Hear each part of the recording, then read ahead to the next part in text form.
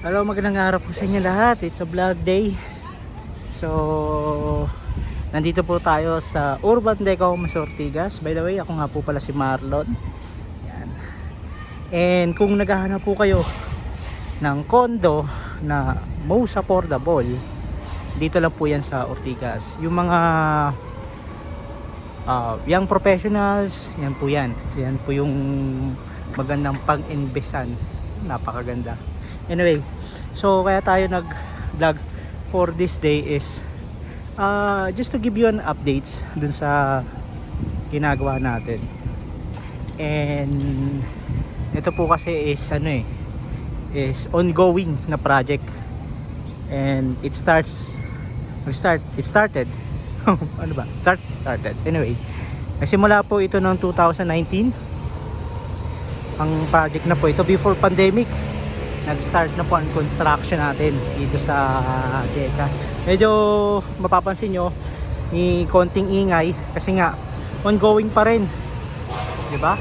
Napakabilis ng updates nito kasi yung iba may alam akong condo hanggang ngayon hindi pa matapos, mas nauna pa sila na gawin yung project nila kaysa dito.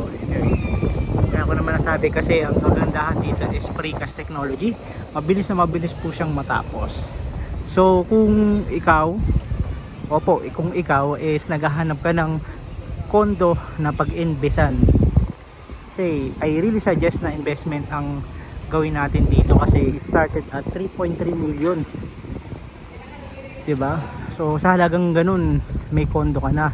Now may mga nagsasabi, sir, bakit gano'n naman? Napakamahal naman ng 3.3. And ang comparison na tinitingnan is from province, diba? Sir, kasi dito sa province, dito sa Cavite, dito sa Rizal ano ba yan? Dito sa Rizal, ang project po natin is mga ganun lang, mga nasa 2M, sabihin na natin lesser than 3.3, lesser 3M. Tama nga naman po yun, may mas maliit or mas mababa, pero location wise ang pinag-uusapan dito.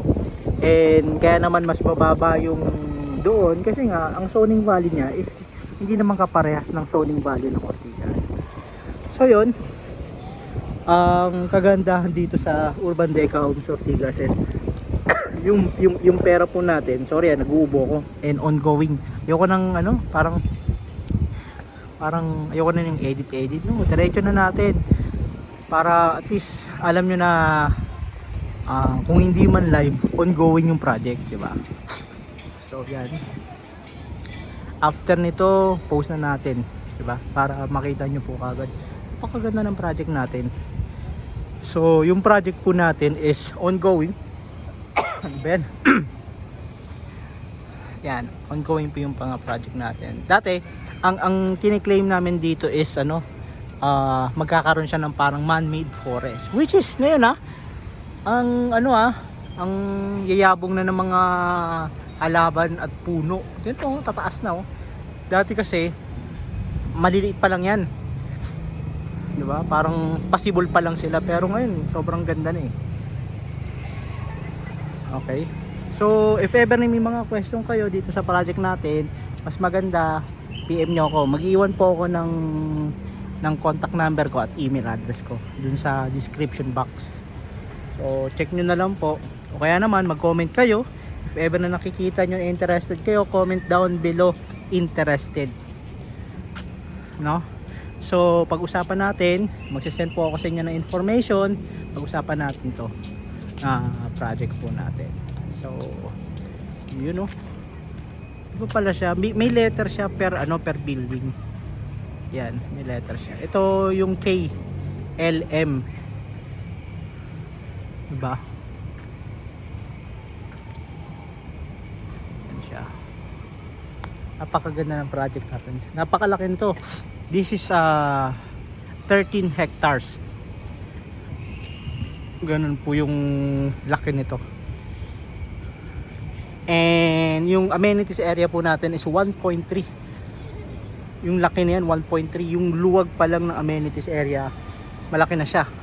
Kasi ang priority ng Pasig is magkaroon ng open space green area.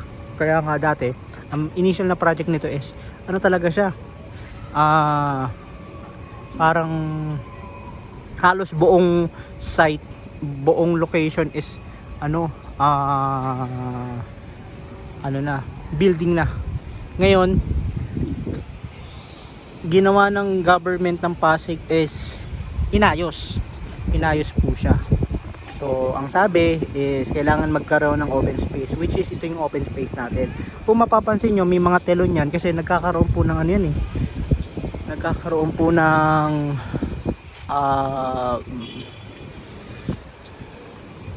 kainan dito every Friday, Saturday and Sunday. Yan, may mga tindahan po rito. Para siyang style na bancheto. Parang ganun. Yun po siya. So, yan. Di na nila inaalis yan kasi nga i-set up na rin naman nila. Pabalik-balik na lang. So, ito, pinapatubo yung mga damo. Paubos na kasi natin.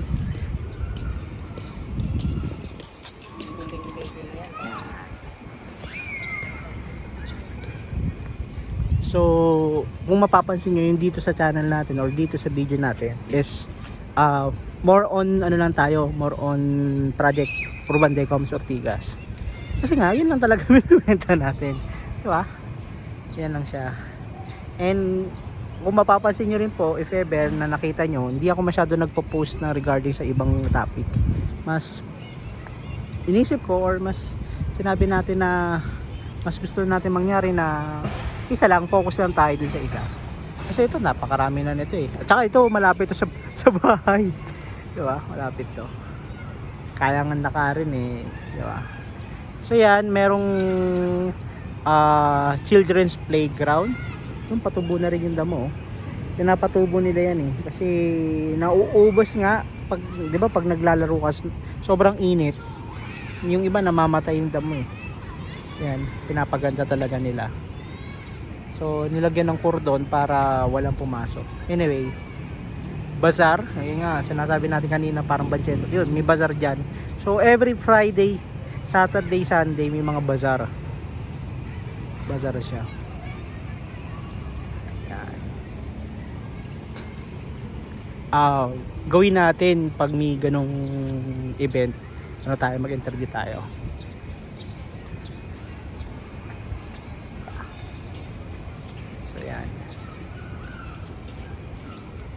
Tayo. Yan. Well, ano rin po ito well maintained. So kasi daily ano po 'yan. Dinidiligan may mga tao or may nag ano po nito, may nag-cater po, may maintain po ng project na to. So papansin niyo po is yun, yung mga gardener, landscaper. Ano po siya. Hinahanap po dito yung ano meron po kasing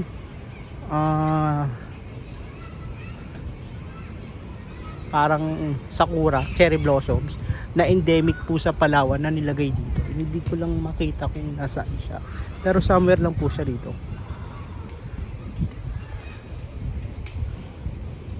Ayan.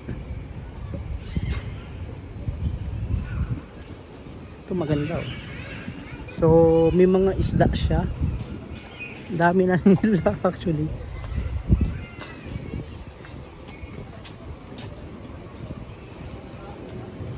Koi, mga koi. Tapos dito tuwing may mga nag-activities dito, may nagsasayaw, zumba, diba?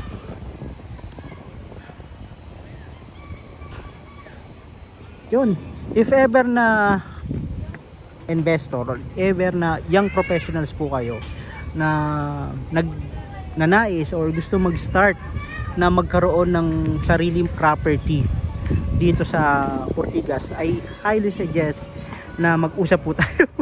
Pag-usapan natin to dahil napakaganda ng project na to at highly potential yung mga project natin kasi ang kagandahan, ongoing, patapos na siya dati kasi ito lang, kung mapapansin nyo yung palibot-libot lang siya, pero ngayon halos matatapos na no? So ano, napakagandang project po siya. Yung iba kasi nagiging problema pag bumibili ng property, pagbili nila hindi nila alam kung kailan matatapos yung property. May gano'n na nagbabayad sila ng continuous, almost 5 years sila nagbabayad pero hindi pa nila mapakinabangan. Ang kagandahan dito sa project natin, once na magbibili ka or magpe-purchase ka ng project natin, pwede mo siyang ipasok sa tatlong financing, back, in-house, and Pag-ibig. So pwede ka mamili doon. Yun ang kagandahan, no? Kasi may mga tao kasi na hindi naman kaya magbayad ng cash, so pinapadaan sa financing. Ang kagandahan sa ngayon, itong alam ko ang Pag-ibig nagpa-finance ng ganitong condo. Ito lang alam ko. I don't know kung meron pa. Kung may alam po kayo, paki-comment kung ano, 'di ba? Pero ang alam ko, ang Pag-ibig is sila nagpa-finance ng condo dito lang sa Pasig. I don't know kung may iba pa. Pero ang alam ko, sa Ortigas or sa Urban Deca, may iba pang site na ongoing yung Pag-ibig. So yun, lalo na kung mga young professionals po kayo, nag-start ng buhay, kaka-graduate tapos maayos naman yung sweldo, ganun naman. Ang sweldo po na hinahanap natin dito is combine or solo na 55,000 or more. Safe to say mga 60,000. Kasi medyo strict po ang management pagdating dun sa income. Dahil po yan financial strength po yan Kung hindi mo makikita yung income ng isang tao, paano natin masisiguro na mababayaran yung property? Kaya na mahalaga dun makuha mo man yung property pero sustaining, hindi mo masusustain dahil kulang nga sa income. So ayun talaga yung mga hinahanap natin, yung income na hindi naman super taas kasi may mga income naman na sobrang taas, pero yung income na kakayanin na magbayad. Kasi usually, roughly, pag starting kayo rito, yung sabihin na natin pinaka affordable siya, yung kayang-kaya, yung starting is nasa mga 20,000 monthly yun. Labas pa yung kuryente, tubig, internet, labas pa, monthly dues, labas pa yan. Yan, safe to say mga 20,000. So at least meron kang mga 20,000 monthly. Kung halimbawa ang kinikita lang natin is nasa 25,000, hindi natin siya masusustain, mahihirapan tayong isustain siya dahil nga dahil hindi nga kakayanin ng budget. So ayaw naman ng 8990 na lahat ng sinisweldo mo is mapupunta lang dun sa pagbabayad ng pondo. Kawawa naman yung tao, 'di ba? Parang gano'n siya, wala nang matitira, 'di ba? Yun yung gusto ng 8990 na mangyari, na masigurado na yung property is mapupunta sa inyo. Kasi siyempre binabayaran nyo 'di ba? At babayaran nyo na yung yung unit pangit naman nagbabayad ka ng almost 5 years, bandang uli is hindi rin pala mapupunta sa'yo dahil yung kakayahan na pambayad is hindi kakayanin, 'di ba? Ganun siya. So we suggest, lalo na kung mga young professional at you want to start an investment. Marami kasing uri ng investment may mga slow investment na mababagal ang progress ng investment. Takes years, 'di ba? May mga investment naman na mabibilis. Mga high risk 'yun kasi once na natalo ka doon, wala nang bawi 'yun. 'Di ba? Pero yung mga ganito kagandahan ng investment, lalo na po sa atin we started at least mga 2.2 to 2.5 2019. Ganun po yung natin, yung amount na binabayaran at that time.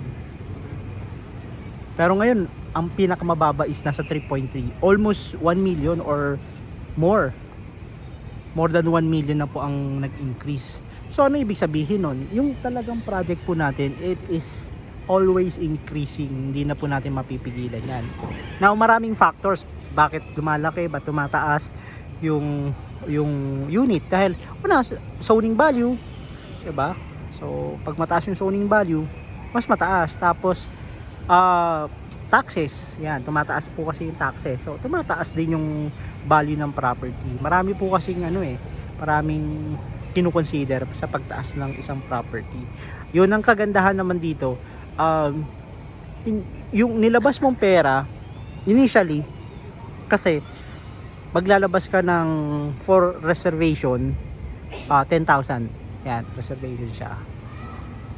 Once na ipinasok mo dito sa financing, at this point ang pinag-uusapan natin sa ngayong oras, ganito po yung proseso. I don't know if ever na mag-change to the next few days or the next few months, but from this time, yung project natin is magre-reserve ka ng 10,000. Once na may reserve mo yung 10,000, non-refundable po yun, yung 10,000. Pag nag-reserve ka, kumpleto ng requirements, at ipapa-approve po yun sa bank, in-house. Yan. Pag napa-approve na po yun, once na na-approve, sa Pag-ibig, we talk about Pag-ibig. Pag once na na-approve, diretso na po kayo magbabayad dun sa Pag-ibig. Now, may mga pagkakamali po yung iba na nangyari doon. Kasi may mga existing na loan sila. Kasi yung iba, ang iniisip pag nag-loan sila dito, hindi maki-carry out yung existing loan nila. May maki-carry out na existing loan. So iaawas yun, magkakaroon ng differentiation doon. So mababago. Pero pag wala naman kayong existing loan sa Pag-ibig, okay, goods naman, lahat okay naman, pwede nyo po makuha yung 19,000 or 20,000 na monthly. At kung papasok pa doon sa mismong sa mismong edad. Kasi siyempre naman yun kinukonsider din po yung edad. 'Di ba? Na mahirapan po magpabigay ng terms na 50 years old ka na, tapos ang terms na kukunin mo is 30 years, mahirapan po yon. So ang terms po kasi, maximum na ibinibigay ng Pag-ibig is nasa 70 years old. Pero siyempre kung nasa 60 years old ka na, and unless kung may mga business, pwede. Pero pag retired na, mahihirapan na mag-monthly nun. Kasi siyempre yung pinagkukunan, unless may business na pinagkukunan ng pera, pwede yun. Pero under approval pa rin po yan, subject for approval pa rin po yung pinag-uusapan natin. Hindi po ito yung mismong obsolete na pag-uusap. Ibig sabihin, subject to change po ito. So depende pa rin po dun sa Pag-ibig kung anong kung anong process na gagawin nila. Pero ganoon ang suggestion na once na ma-reserve mo siya, papa-approve sa Pag-ibig, tapos kung magkano yung monthly ng i-allow ng Pag-ibig, dun matatapos yun. Diba? Dun siya, yun ang pinaka-final. Pero kasi sa atin, ang suggestion is, 19,000, good for 30 years. Pero depende pa rin po yun sa Pag-ibig. So, pinaka-base level po yun. Okay po? So, yun. Kaya naman tong ginawa tong video na to is for the investor, na mga newly investor. Kasi we encourage, lalo na po mga bata, na mag-start na. Kasi start young. Ang maganda po kasi pag nag-start ka ng bago at malaki na yung kinikita mo, 'di ba? May leeway ka ng sabihin na natin may part ka na pwede kang magkamali, 'di ba? Pero at least kung may part na magkakamali ka is okay siya. Kumbaga makakabawi at makakabawi ka, unless kung medyo nag-age ka na, nasa 50 years old ka na pataas, tapos nag-start ka mag-invest, yung time frame mo pag nagkamali, mahirapan ka nang bawiin kasi nga it takes time sa investment. Now, ang sinasabi naman natin dito sa Urban Deca Homes Ortigas, you'll never get wrong. Hindi ka magkakamali dito kasi by track record, napakaganda po ng project natin. This is a prime location, Ortigas, and one of the best regarding po sa project po ng Urban Deca. Okay? So marami pong urban deca, hindi lang po ito, pero ito po yung pinaka prime location po natin dahil nandito po ito sa Ortigas. So Pasig, cover pa po tayo ng Pasig. Yung mga gustong lumipat ng Pasig, pwede na po kayo mag-start. Ano po namin, ang mayor po namin si Honorable Vico Soto. So congratulations Sir Vico, for winning the third time for being mayor ng Pasig. So highly recommended naman si Sir Vico regarding po sa track record ng governance niya. Good governance nga sabi niya. So yun, siguro dito na natin tatapusin yung ano natin, small videos. Yan, para pag-usapan yung urban decom sa Ortigas. Anyway, lagi naman natin pag-uusapan to kasi ang concern natin is makita yung mga taong talagang gustong kumuha ng kondo dito sa Pasig. And marami sila, naniniwala ako marami po kayo. Kailangan lang talagang mahanap. Yun, so hanggang dito na lang. Maraming salamat po. Ako po si Marlon and mag-iingat po kayo. Okay, bye bye. Peace yo.